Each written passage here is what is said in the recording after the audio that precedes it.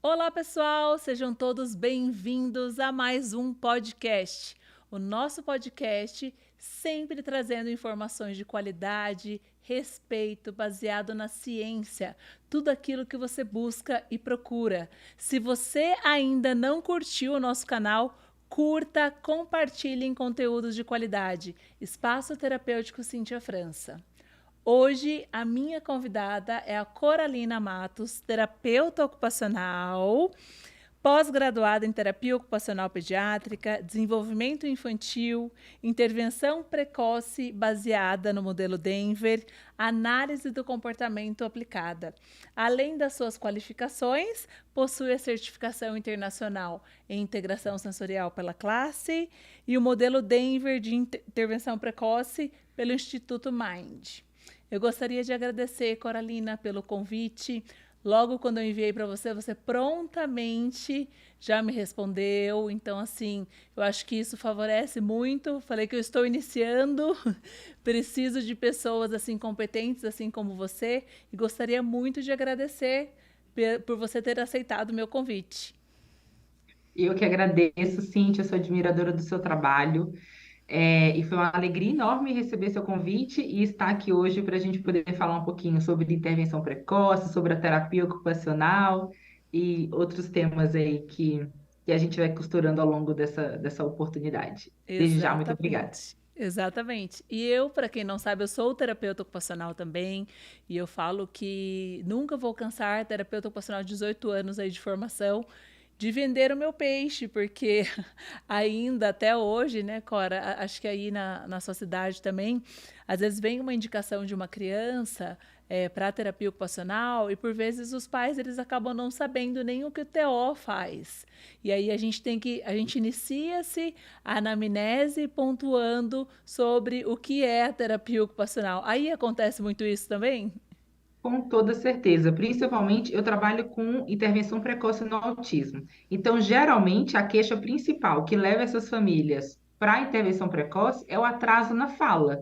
Então, Uhum. eles vão para o médico ou vão para a fonoaudióloga e, de repente, chega na terapia ocupacional, que eles, pelo nome, né, pela nomenclatura, eles ficam na dúvida: o que a gente vai fazer ali com a criança? Então, toda anamnese é também uma oportunidade da gente falar sobre a nossa profissão, os objetivos dela, né? Então, e ensinar um pouquinho, e aí, cada vez que passa, a gente vê que a TO vem sendo um pouco mais reconhecida, o que alegra bastante nosso coração. Com absoluta certeza. E o tema de hoje nós vamos falar sobre a intervenção precoce no autismo. Quando essas crianças chegam para você, Coralina, elas chegam por indicação médica ou por vezes os pais eles procuraram na internet, acabaram vendo que a terapia ocupacional é de importância e relevância e já vão direto. Como que seria essa chegada desses pacientes de uma forma precoce? Tem sido um pouco mais mesclado, sabe, Cíntia? Geralmente chegam ainda pela indicação do médico, mas como hoje, né, com as redes sociais, a gente acaba ali publicando mais coisas sobre o nosso trabalho, um pouco mais de informação, então algumas vezes, por conta das redes sociais, algumas famílias acabam encontrando a gente, admiram o nosso trabalho, alguma coisa que a gente publica ali e vem direto, mas a grande maioria ainda é por indicação do neuropediatra, pouca porcentagem de indicação do pediatra, né? Essa questão do diagnóstico e da investigação por parte dos pediatras ainda é em menor incidência, mas a grande maioria ainda é por indicação do médico, né? O que a gente chama de kit, né? Kit autismo. Então, o médico geralmente começa por TO, fono e psicólogo. E aí a gente vai então fazendo anamnese, vendo se há necessidade de outros colegas, de outras abordagens, mas a grande maioria ainda é pela indicação médica. E qual que é a grande relevância que a intervenção precoce tem para o desenvolvimento de uma criança? Perfeito. Quando a gente pensa em intervenção precoce, a gente pensa em uma faixa etária que compreende de 0 a 6 anos e que, do ponto de vista de neurociência, de neurodesenvolvimento, é a janela de oportunidade, é a fase, né, do desenvolvimento humano em que essa neuroplasticidade ela é mais ativa. É uma palavra grande, né, neuroplasticidade, mas para que a gente compreenda melhor, é a capacidade que o cérebro tem de se moldar diante das experiências e dos aprendizados. Então, a cada nova experiência, esse cérebro, né, ali, esses neurônios se conectam. Cada nova experiência, uma nova conexão. E essas novas conexões, elas vão se ramificando, né? Então, isso vai moldando essa neuroplasticidade.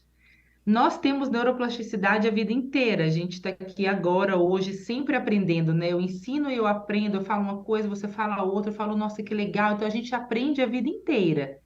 Porém, nada se compara com a taxa de aprendizagem de uma criança de 0 a 6 anos. Então, nessa janela, que chama de janela de oportunidade ou maior sensibilidade, né? É a fase em que essa criança consegue aprender com mais assertividade, ela consegue aprender com mais velocidade. Então, a gente consegue, numa criança pequena, a gente consegue fazer bons ensinos em uma sessão de 1 hora. Quando a gente compara com o atendimento de um adolescente, a gente poderia ter que utilizar mais horas para ensinar a mesma habilidade. Então, a intervenção precoce, das principais justificativas para essa intervenção, né, para esse termo ter ganhado tanta força e hoje em dia ter tanta evidência científica, a principal fundamentação é justamente essa questão relacionada a essa capacidade que esse cérebro tem de se modelar mais fácil. É como se a gente preparasse uma massinha de argila. Então, 0 a 6 anos é aquela massinha de argila recém-preparada, fresquinha. A gente consegue moldar, remoldar. E aí, como toda massinha, né, conforme o tempo passa, ela fica menos moldável. Graças a Deus, a nossa massinha é moldável a vida inteira.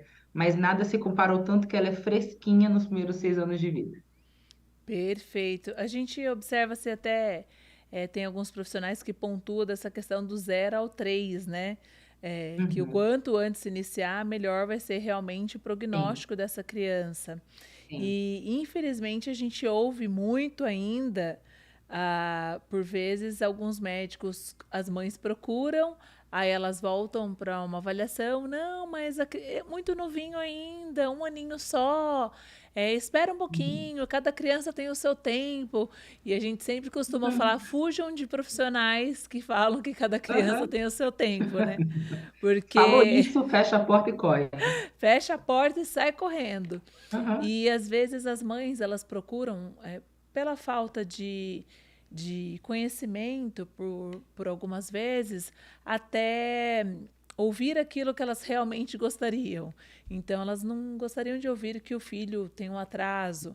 Eu falo que, independente de diagnóstico ou não, se a criança tem um atraso no desenvolvimento infantil, tem que procurar ajuda, porque mal não vai fazer, não é isso? Não, não.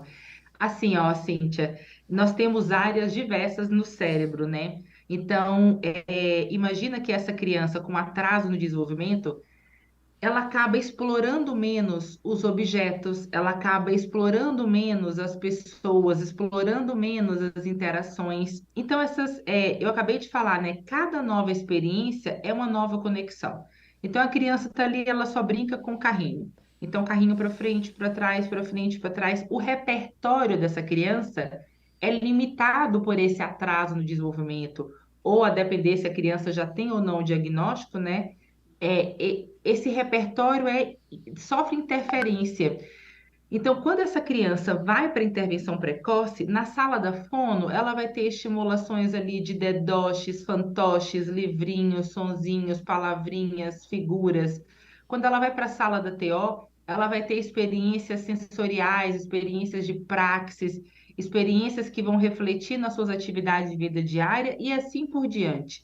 Então, a intervenção precoce, ela vai trazer para essa criança uma ampliação dessa conexão neural, uma ampliação desse repertório, repertório daquilo que eu ouço e reconheço. Então, agora eu sei que levanta é ficar de pé, senta é sentar na cadeira, porque muitas vezes essa criança chega e ela ainda não sustenta atenção, ela ainda não imita ações, ela ainda não compreende comandos simples, e essas três habilidades são habilidades fundamentais para que a partir daqui a criança aprenda a falar, para que a partir daqui a criança aprenda a ter desenvolvimento, ter autonomia. Então a gente precisa ter um olhar mais doce, né? É porque socialmente falando, ir para a terapia, né? Antigamente, terapia, não existiam tantas abordagens, né? Tantas especialidades. Então, quem ia para a terapia é quem tinha algum diagnóstico de saúde mental. Socialmente falando, né? Culturalmente falando, existe um preconceito, né? Com esse termo de terapia. Então, a gente precisa desmistificar isso e a família entender que o que ela está levando a criança estou levando o meu filho para potencializar seu desenvolvimento, para ampliar as suas redes, as suas conexões, para ampliar suas habilidades. E aí, quando a gente pensa nessa questão dos 3 anos, né, existe uma ação do nosso sistema nervoso, chama poda neural. Então, nós nascemos com mais de 84 bilhões de neurônios. E ao longo do tempo, é como se o nosso sistema viesse dar uma olhadinha e pensasse: bom, o que que você não está utilizando aqui para eu fazer para dar uma limpadinha, para deixar espaço para, de fato, aqueles neurônios que você utiliza trabalharem mais forte. Eu tô usando termos mais didáticos, né, para que todos que Perfeito. possam ter a sorte de assistir esse canal do podcast possa entender melhor. Então, de tempos em tempos, esse sistema nervoso vem cá dar uma conferida de deixa eu ver o que que não está sendo utilizado para tirar, né? Para não deixar aqui acumulado. Então, nesses 6 primeiros anos de vida, nós temos 3 podas neurais, sendo que depois, ao longo do restante da vida, nós temos mais 3. Ou seja, a gente vive 50, 60, 70 anos com 3 podas, sendo que nos 6 primeiros anos de vida nós temos 3 também. Ou seja, quanto mais a gente ampliar essa rede neuronal, melhor isso vai ser, vai fundamentar o desenvolvimento ao longo da vida, porque hoje é uma criança, mas amanhã é um adulto. E esse adulto precisa de desenvolver habilidades ao longo da vida, que a base está aqui na intervenção precoce, né? Ou seja, naquelas habilidades que eram esperadas de 0 a 6 anos, né? Nos marcos de desenvolvimento, mas que de repente isso não foi alcançado por alguma razão. E quando a gente pensa em prognóstico, acho que eu estou falando muito, Cíntia. Não, Se eu está tiver, você me perfeito. corta. Está ótimo. Às vezes liga o botão. Eu saio falando, aí você fala, Cora, querida, volta aqui. E aí, só para fechar o raciocínio, quando você fala dessa questão do prognóstico, né, de quanto antes começar, melhor o prognóstico, então, prognóstico se refere às expectativas que a gente tem daquele tratamento. Sim. Então, só começar cedo, só identificar e levar para terapia já garante prognóstico? Não. São 5 os principais pilares que garantem esse prognóstico. Então, reconhecer de forma precoce que essa criança não está conseguindo desenvolver as habilidades esperadas para a sua idade cronológica, procurar uma equipe qualificada, uma equipe multidisciplinar, uma equipe preparada para olhar esse desenvolvimento, para avaliar esse desenvolvimento, orientação dessa família, porque essa criança passa 1 ou 2 horas ali com a gente, mas ela passa a vida com essa família.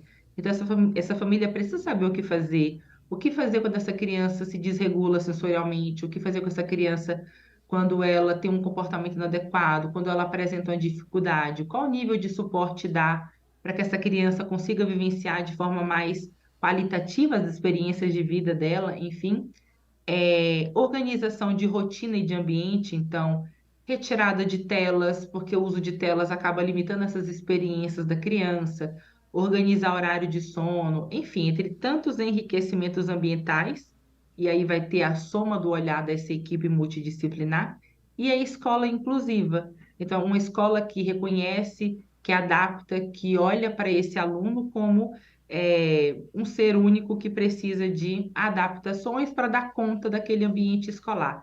Então, a junção desses 5 pilares traz para essa criança um melhor prognóstico. Então, quando o médico fala cada criança tem seu tempo, ele já está criando uma barreira para que essa criança tenha acesso a tudo isso que vai garantir o melhor prognóstico para o desenvolvimento dela. Exatamente. É o que eu costumo pontuar para os pais. Eu falo, antes tirar a pulguinha atrás da orelha, do que lá para frente falar, Se poxa, eu poderia arrepender. ter feito algo e não fiz. E é Perfeito. aquilo que você pontuou das janelas de oportunidade. Uma vez fechada, a gente não consegue depois recuperar esse tempo perdido. A gente consegue parte dele, mas se a gente consegue dar oportunidades antes, então a gente tem que propor.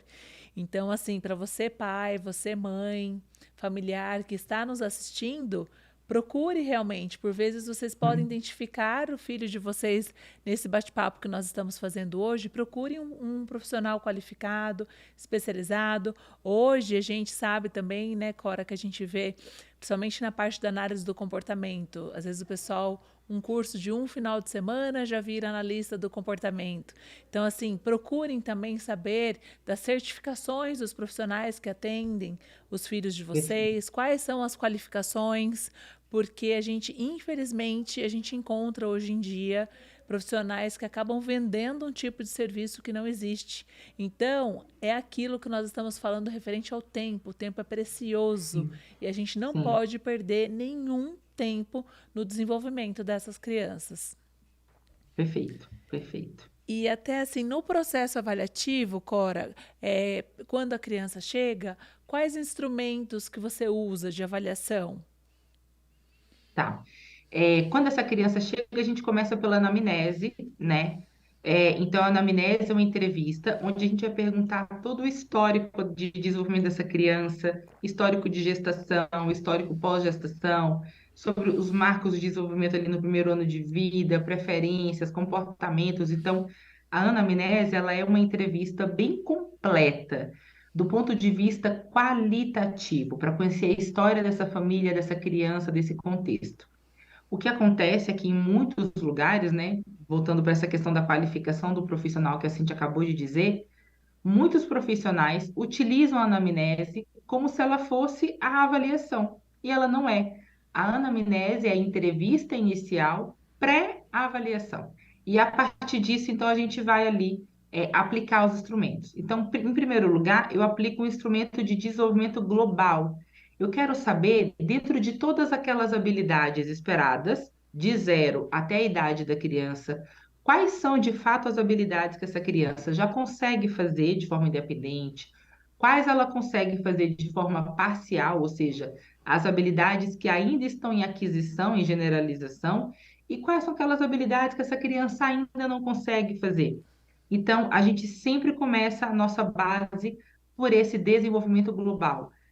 Quando a gente está lá na anamnese, a gente escolhe ali naquele momento qual é o tipo de instrumento a gente vai aplicar, né? Porque tem instrumentos, por exemplo, Bailey, teste Screen Denver 2, que são instrumentos de avaliação global que são aplicados diretamente com a criança. Então, eu preciso dar o comando e a criança precisa entender e atender ao meu comando. Mas grande parte dos nossos pacientes não conseguem ainda, não tem segmento de instrução, ou seja, essa criança ainda não entende o que é solicitado, não realiza o que é solicitado.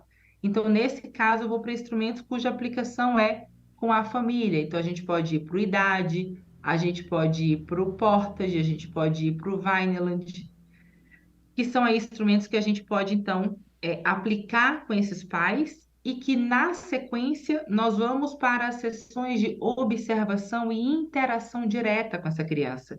Então, na prática, eu vou observar o que que daquelas respostas se confirma, o que que é daquelas respostas que a família deu, me traz a necessidade de uma investigação melhor, porque tem habilidades que a família fala, olha, comigo ele faz.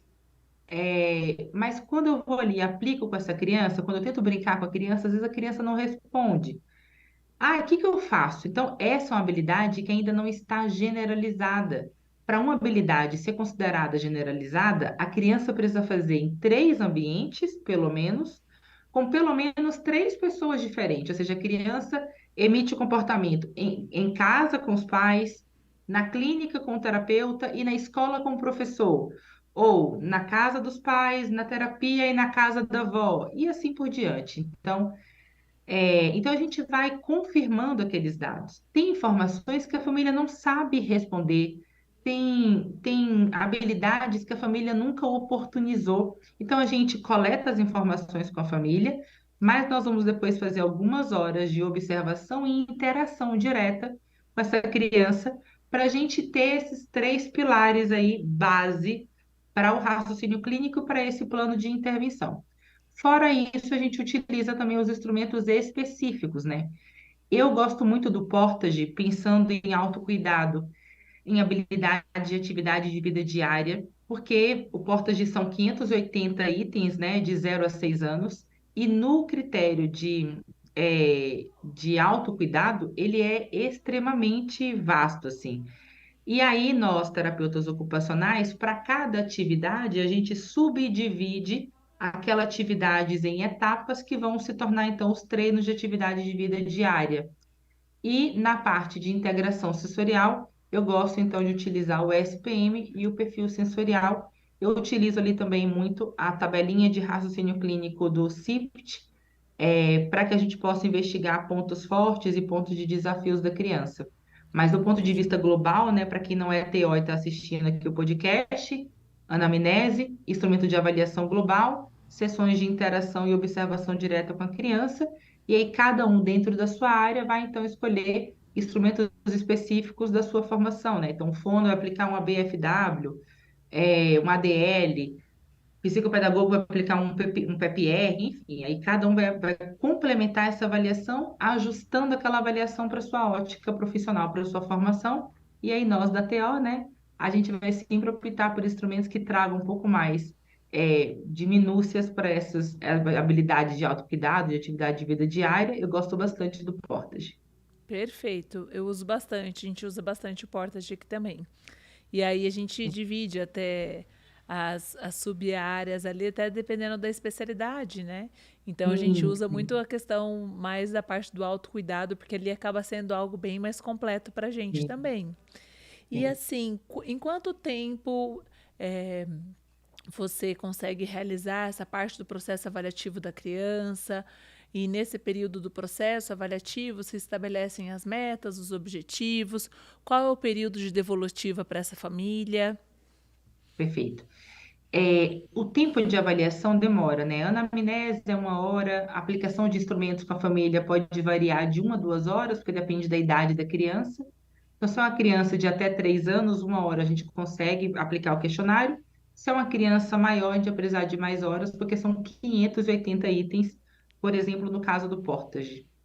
E aí depois eu vou para sessões de interação com essa criança. Então, geralmente de 2 a 4 horas, a depender da criança. Tem criança que chega num processo muito choroso, né? É o primeiro ambiente terapêutico que ela vai, a quebra de rotina desorganiza algumas crianças. Então, depende de como que a gente consegue organizar, do tempo que a gente leva para organizar essa criança, para que a gente possa organizar a ponto dela conseguir participar interagir com esse ambiente para que a gente possa, a partir dali, né, observar essas habilidades. Na sequência disso, então, eu tenho três pilares, né? Eu tenho dados qualitativos da anamnese, eu tenho dados quantitativos dos instrumentos e eu tenho os dados observacionais ali da minha interação. Vale ressaltar que quando a criança chega sem o diagnóstico, a gente também aplica aqui nessa parte dos instrumentos, a gente aplica os instrumentos de avaliação. Então, eu gosto muito da SRS-2, é um ótimo instrumento porque ela abarca crianças de 2 anos até vida adulta. E quando chega antes dos 2 anos, aí eu vou para o MChat, lembrando que o diagnóstico de autismo é um diagnóstico clínico, então a gente vai juntar as informações e correr para o DSM-5, né? Que vai então embasar esse raciocínio clínico. Mas aí, voltando para essa construção da intervenção, então, a partir disso, a gente constrói o plano de intervenção.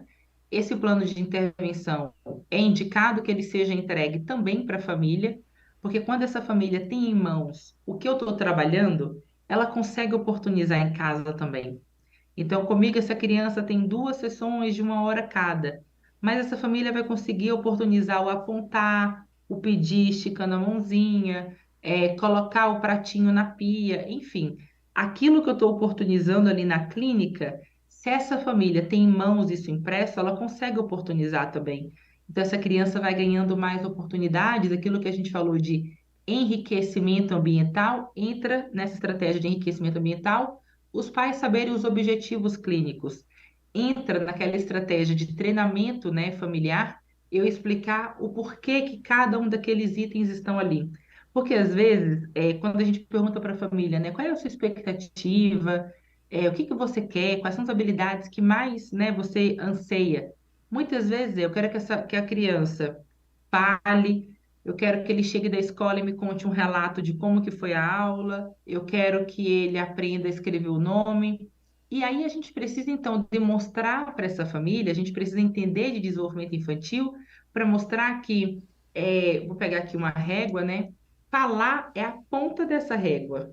Mas antes disso, olha o tanto de etapazinhas que eu preciso alcançar para chegar aqui no falar. Essa criança precisa me olhar, imitar, compreender comandos simples, usar gestos, entendeu? Então a gente precisa fazer esse ajuste. Não é que eu nunca vou falar para uma família que, nossa, isso está muito longe, ou isso está muito difícil, isso jamais pode ser dito.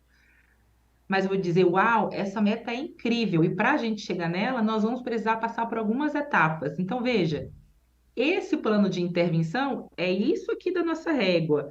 Aí, daqui a 4 meses ou 3 meses, a gente vai reavaliar essa criança, a gente vai para mais, e cada reavaliação a gente vai chegando mais próximo desse topo, desse objetivo. Aí, aqui sim, entra uma questão importante de individualização, que cada criança tem o seu ritmo. Tempo não, porque as habilidades são esperadas por idade cronológica, a gente tem uma padronização desses marcos de desenvolvimento. Mas o ritmo, cada criança tem a sua, porque vai depender do diagnóstico de base dessa criança, se essa criança tem alguma comorbidade. Então, a cada 4 meses, a cada 3 a 4 meses, depende se a criança teve falta ou não teve falta, enfim, a cada 3 a 4 meses a gente reavalia essa criança aplicando os mesmos instrumentos que a gente aplicou no início, para que a gente possa ter um comparativo dessa criança com ela mesma, para que a gente consiga pensar em, nossa, ela teve um ótimo desenvolvimento nesse domínio. Por exemplo, na parte de motricidade não está indo bem. E se essa criança tem um atraso de fala, junto com a fono, discutindo o caso, pensando em diagnósticos, pensando não só no que a criança faz, mas na qualidade daquilo que ela faz, a gente pode fundamentar um raciocínio clínico de que o diagnóstico dessa criança é de, por exemplo, um transtorno motor, junto com a fisio. Então, esse transtorno motor, ele interfere nas atividades de vida diária, ele interfere na participação dessa criança na escola, na educação física, no parquinho, ele interfere na motricidade oral, na fala. Então, reavaliar, acompanhar esse desenvolvimento é ter base de raciocínio clínico interdisciplinar e para a gente também. O que será que eu não estou conseguindo? Por que que eu não estou conseguindo que essa criança utilize nessa mãozinha? Quais são as dificuldades aqui? Então, a gente consegue ir acompanhando, mostrando os avanços para essa família, né? Mostrando que sim, temos qualidade, temos estrutura, temos uma sustentação nesse raciocínio clínico. Nada do que eu estou fazendo aqui é só brincar. Quem vê de fora pensa, nossa, é tão gostoso te ver atendendo, você brinca, é tão bom. Mas não sabe o que a gente rala ali, a gente tem atendimento, quem sabe, com dor de cabeça, né? Tem criança que Exatamente. sai, minha cabeça parece, meu Deus, um vulcão, assim. Porque a criança pegou, pensa, olha como ela tá pegando, o que que eu vou fazer? Vou substituir esse objeto por um objeto mais pesado. É tanta coisa ali, né? Em um brincar, um joga-bola. Mas é mais ou menos essa estrutura aí que eu vou utilizando na construção dessa intervenção. E isso gera em torno aí de mais ou menos o quê? Umas 6 a 10 sessões? De avaliação, É. avaliação 6 a 10 sessões a depender da criança. Aí eu dou a devolutiva para a família, mostro o relatório inicial, né? Do que gerou esse processo de avaliação. E nessa devolutiva eu já mostro para essa família também o plano de intervenção. Aí esse plano de intervenção ele é praticado por 3 a 4 meses. Aí a gente reavalia de novo. A reavaliação é mais rápida porque a gente já não precisa aqui aplicar instrumento de avaliação de diagnóstico, a gente não precisa mais aplicar na amnese. Aí a reavaliação, sendo que nesses 3 meses eu já tenho dados, né, para preencher alguns itens. Então, para a família, a gente vai usar no máximo 2 horas, raros casos, para aplicar o experimento com a família. Aí a gente volta com a devolutiva para mensurar, né? O que que avançou, o que que não avançou, dar a devolutiva e entregar o novo plano de intervenção. Perfeito. E eu vejo assim que cada vez mais chegam alguns diagnósticos para gente, que a gente ressalta sempre que o diagnóstico ele é médico, mas o médico nunca Sim, fecha um bom médico o diagnóstico sem antes passar por uma avaliação de uma equipe multidisciplinar. sim, Porque é nisso tudo, até que a Cora falou, que ele vai se embasar para realmente fechar o diagnóstico do seu perfeito. filho, do seu sobrinho, seja quem for Sim, aí que esteja nos assistindo. Só que às vezes chegam algumas crianças, autismo leve. Nem sempre o leve é tão leve assim, mas a gente começa uma avaliação mais profunda, a gente verifica que tem, por vezes, essa criança não é TEA, mas ela pode ter, ser um TOD, ela pode ser um TDAH.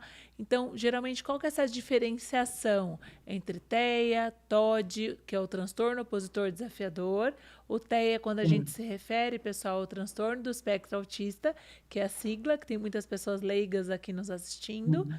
e a questão do TDAH, que é o transtorno do déficit de atenção e hiperatividade. Quais são essas diferenciações? Perfeito. Eu até peguei aqui minha listinha, né, para não deixar assim, os 5 principais pontos de TEA e TDAH, e por último eu vou falar sobre o TOD. Então, quando a gente pensa em autismo, né, e TDAH, a gente tem no autismo um diagnóstico fechado antes dos 3 anos, né? A gente já tem instrumento de avaliação e de rastreio para que esse diagnóstico possa ser fechado antes dos 3 anos.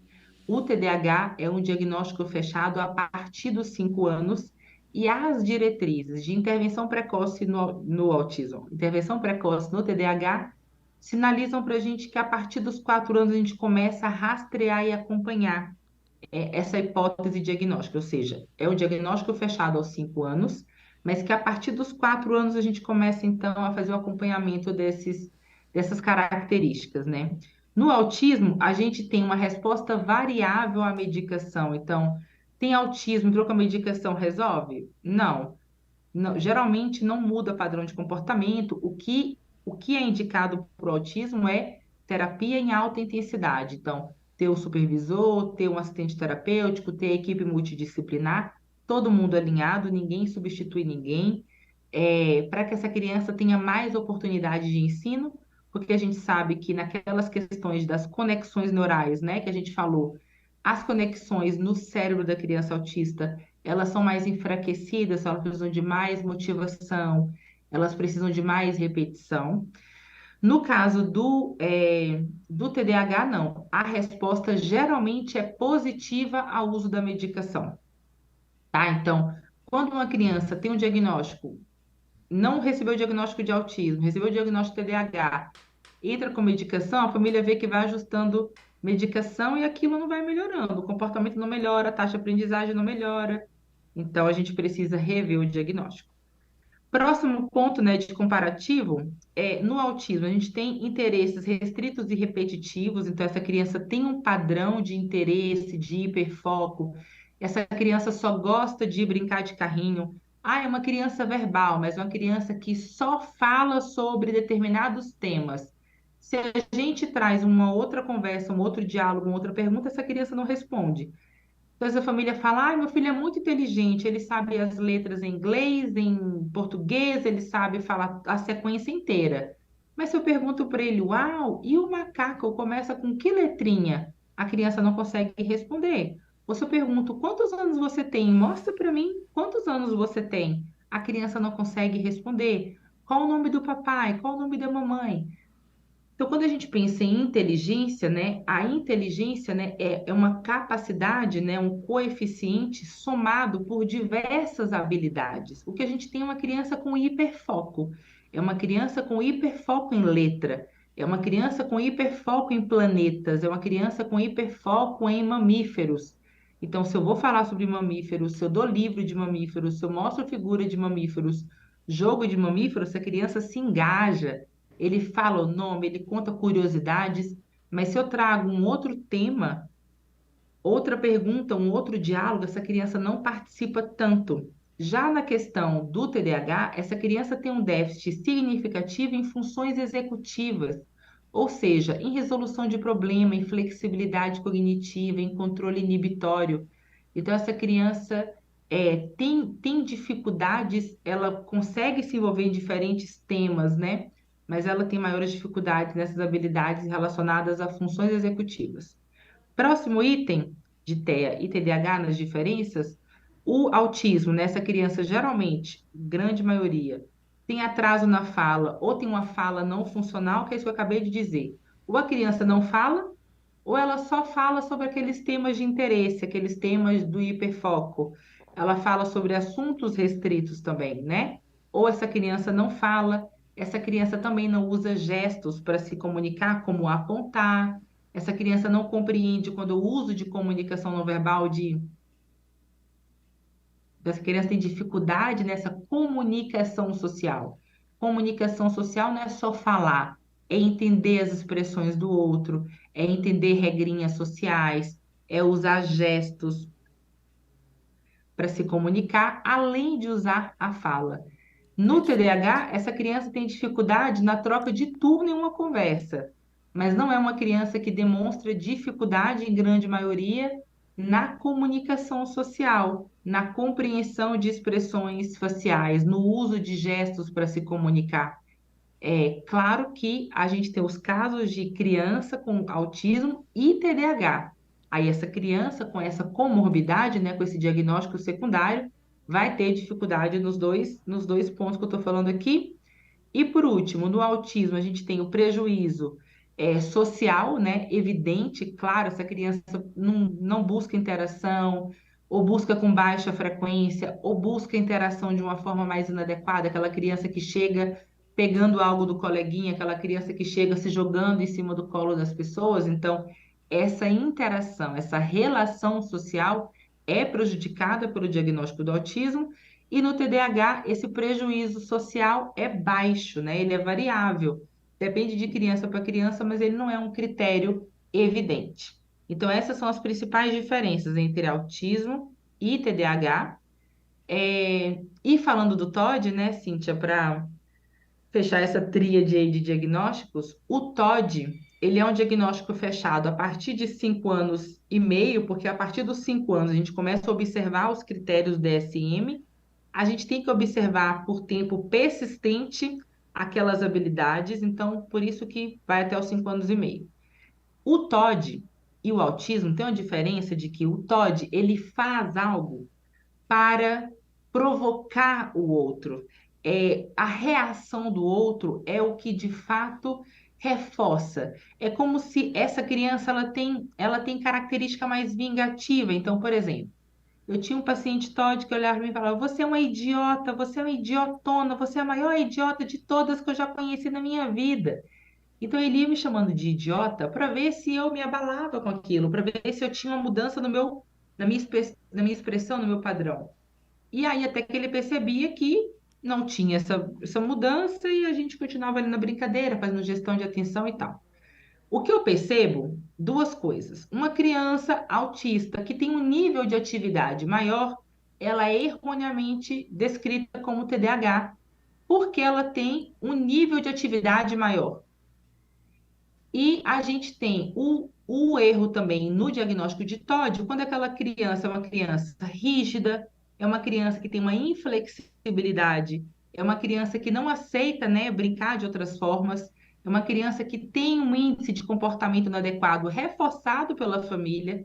Então, essa criança chora para ter o que ela quer, essa criança chora para conseguir fugir de demandas que ela não quer participar, essa criança usa de forma inadequada para obter atenção, e aí essa criança recebe o diagnóstico de TOD, porque é uma criança opositora, porque é uma criança que chora muito, porque é uma criança que só quer as coisas do jeito dela. Então, opositor não é que é uma criança rígida, é diferente.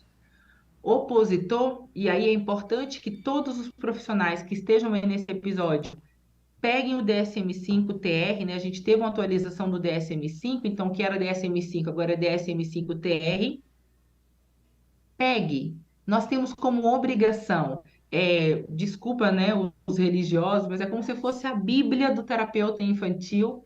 Nós precisamos ter esse livro assim sempre ao nosso lado, para, sabe, para pegar, para ler, para ver diagnóstico diferencial. Então, lá no DSM-5 ele vinha as características do diagnóstico, ele vinha as principais comorbidades, ele vem as questões de diagnóstico diferencial. Tem gente que atua em não sei quantos anos, nunca pegou um DSM-5 para ler, para rabiscar, para escrever, para anotar. Então, a gente precisa ter mais autorresponsabilidade para, ao emitir o diagnóstico de uma criança, ou a hipótese diagnóstica, e principalmente para acolher essa hipótese dos pais e para que a gente consiga trazer clareza para eles nesse momento. Perfeito, ótimo. Que eu acho que isso acaba gerando muitas dúvidas, né? Então, se a gente observa essa questão do TOD, é autista e TOD, mas tem alguns estudos que apontam porque não tem como, se o autista tem essa inflexibilidade do pensamento, ele não consegue agir como um TOD. Porque o TOD tem essa questão mesmo de eu sei que eu estou incomodando o outro. Uhum. Já o indivíduo com autismo, ele acaba não tendo isso. É isso mesmo, né? Sim, exatamente, porque a criança com autismo, ela não faz para provocar o outro, né? Muitas vezes ela não tem essa resposta social de que estou fazendo para ver a resposta do outro, né? E aí isso envolve outras habilidades dessa mente, né? O TOD não. E aí, claro, o TOD é uma característica, é uma comorbidade em alguns casos de autismo, sim. Na grande maioria, as pesquisas trazem que na grande maioria são crianças que antigamente teriam o diagnóstico de Asperger, né? Que agora o diagnóstico do autismo abarcou. Então, é uma criança de alta funcionalidade, de boa comunicação, de boa orientação social, que tem como comorbidade o TOD. Então, ele sim, essa criança de alta funcionalidade, com características autísticas, apresenta, então, pode apresentar, então, né, em alguns casos, esse diagnóstico secundário de TOD. Seria mais ou menos assim. Isso, perfeito. Isso mesmo.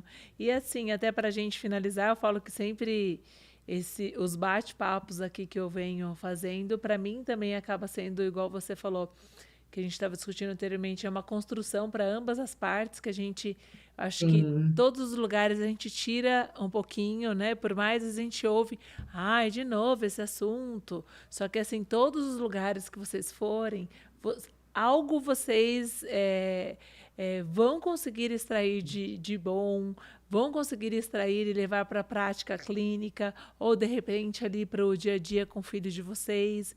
Então é sempre importante essa escuta. E para mim eu venho aprendendo muito nos episódios também. E assim, eu queria que você deixasse um recado final para as famílias que estão nos assistindo, essas famílias que acabaram de receber um diagnóstico ou que estão com o coraçãozinho um pouquinho apertado, com aquela pulguinha atrás da orelha, mas ainda não buscaram nenhum tipo de ajuda. Qual é o recado que você daria para essas famílias? perfeito. Eu sou mãe atípica e eu descobri recentemente, né? Olha, A Helena, o meu marido, tem um fenótipo ampliado, né? Tem as características de autismo. Depois que eu conheci ele, que a gente foi para investigação. E a nossa filha caçula, então, nasceu com o diagnóstico, então recebeu agora recentemente o diagnóstico de autismo leve, apesar de que a gente sempre tratou, a gente sempre acompanhou. Então, ela teve atraso de fala, a gente já começou a intervenção de fono com 1 ano e 4 meses, já entrou com assistente terapêutico, com 1 ano e meio, ela veio falar com 2 anos e meio, Helena veio fazer frasezinhas com 3 anos, agora com 4 anos e meio, ela começou a contar pequenas histórias, de contar era uma vez, ainda tem dificuldade, ela ainda encurta, mas agora já canta, agora já participa de ações sociais, como apresentação de escola. Então a gente foi ajustando, né, o nível de suporte para que ela desse conta. Então ela precisa de mais previsibilidade, ela precisa de algumas adaptações. E a Valentina, que teve uma convulsão, agora aos 11 anos de idade, pela primeira vez, e a gente levou para investigação, então a gente descobriu que ela tem epilepsia, que é a epilepsia juvenil. Isso mexeu bastante com a gente, e agora ela está em investigação, então, de TDAH ocasionada por esse foco de epilepsia que é no lobo frontal. Receber esse diagnóstico, ainda que eu seja especialista e trabalhe com isso, mexe com a gente, porque quando a Eu gente imagino. engravida, a gente cria a história daquela criança daqui até os 50 anos. A gente consegue imaginar ir para a escola pedalando, Exatamente. empinando pipa, falando, se apresentando, indo para a faculdade. A gente consegue imaginar tudo, né? Cabeça de mãe é algo incrível. E quando a gente recebe um diagnóstico, a gente percebe que nem tudo será como nós criamos. Então a gente precisa primeiro lidar com a nossa frustração, né, de que a gente cria expectativas e que nem tudo é, só que isso não quer dizer que vai ser ruim. Isso quer dizer que a gente vai ter que recalcular a rota. Se eu te chamar agora, né, vamos para o Uruguai, você fala, vamos. Bom, eu construí aqui uma estrada, né, vai ser assim, vamos dormir e tal, mas se no meio do caminho acontece coisas que desviam a gente, não quer dizer que a viagem não vai ser tão boa quanto. Então, quer dizer que a gente vai precisar ajustar essas expectativas, a gente vai precisar lidar com isso de uma forma diferente. Somos seres humanos, não é pecado sofrer com isso, não é pecado achar ruim, não é pecado sentir dor, não é pecado chorar. Tá tudo bem, tá tudo bem. Então, o meu relato como mãe é: quanto antes a gente olha, melhor a gente se sente depois para falar assim: foi ruim receber o diagnóstico, mas eu fiz tudo que estava ao meu alcance, e isso só confirma que eu realmente sou maravilhosa, que eu sou a mãe que meu filho sempre quis ter e que ele é o filho, é a filha que eu sempre quis ter também. Porque minhas filhas, elas são maravilhosas. Com certeza, se alguém chega aqui e fala, nossa, que rotina, né? Que coisa, que tudo no horáriozinho, porque elas se organizam com essa rotina, com essa organização. A gente também. Então, eu agora estou em investigação de diagnóstico de TDAH adulto e meu marido, né, com o diagnóstico de autismo nível 1 funcional. Então, como família, como mãe, o meu relato é: olha para sua família, olha para o seu filho, ajusta o que for necessário para que você, seu marido, ou você, seu filho, você, o seu centro, o seu núcleo familiar, encontre qualidade de vida, encontre ajustes, encontre leveza, porque mesmo as famílias típicas, né? Tem características, defeitos, qualidades, tem rotina, tem suas manias, tem, enfim, suas peculiaridades. E como profissional, a minha sugestão é: não aceite qualquer coisa, não aceite pouca coisa. As coisas são ruins porque as pessoas não reclamam. As coisas vão ruim até que alguém tem coragem de reclamar. Então, se você é atendido pelo SUS, registre na Defensoria Pública, exija o seu laudo, documente isso. Se você é atendido por plano de saúde, registre que você foi atendido por alguém do plano de saúde, você não recebeu plano de intervenção, que você não está sabendo o que está acontecendo, que você é impedida de entrar na sessão do seu filho. Registre, documente, exija outro profissional. Ah, minha senhora, infelizmente na cidade só tem esse profissional, então eu vou procurar outro e vocês vão pagar, porque essa não atende, não atende. Então, tudo precisa ser documentado, a gente não pode contentar com pouco. Não precisa a gente sair brigando com o mundo, porque como toda relação, todo mundo quer ser respeitado, todo mundo quer ter uma relação saudável. Eu quero ter uma relação saudável com as famílias que eu atendo, e eu, como mãe, quero ter uma relação saudável com os terapeutas e professores que atendem os meus filhos. Então, não é o que a gente faz, é como a gente faz. A gente pode registrar, a gente pode perguntar, a gente pode solicitar de forma respeitosa, amorosa e leve, porque é uma vida inteira com essa criança. Então, imagina se todo dia for um dia de briga, a nossa saúde mental não vai dar conta e o nosso filho precisa da gente bem. Então, a gente precisa registrar, a gente precisa documentar, a gente precisa entender o que está acontecendo com o nosso filho. Eu sei que tem vezes, tem dias que é difícil, mas não dá para a gente terceirizar, porque sempre tudo que chega até a criança passa por a gente para chegar de forma eficiente. Então, como profissional, a minha sugestão é: busquem qualidade, busquem mais informações, busquem mais cursos, façam cursos para pais, assistam lives, assistam, sabe, compartilha, por exemplo, um canal como esse. Quem é profissional, compartilha para as famílias que você atende. Quem é pai e mãe, compartilha para as colegas, né? A gente sempre tem grupos e redes de apoio com outras mães, então momentos como esse são momentos de aprendizagem e de fortalecimento para todo mundo. Então é isso. É recalcular a rota, encontrar a forma mais leve e fazer o que está dentro do possível para que a gente possa oferecer aí o melhor para os nossos filhos e para os nossos pacientes. Perfeito, até me emocionei aqui você falando que gestante aqui também os hormônios ficam à flor da pele. Eu falo sempre que nasce uma mãe, nasce uma culpa, né? Eu falo, Ah, com gente, certeza. Junto com a até placenta, assim, ó. esse A ano eu placenta, precisei. o líquido dela é líquido de culpa, minha filha. Ah, vou usar isso agora, porque eu penso assim, igual eu tive que colocar minha filha no integral esse ano. Nossa, mas eu sofri tanto, mas eu sofri Ah, tanto.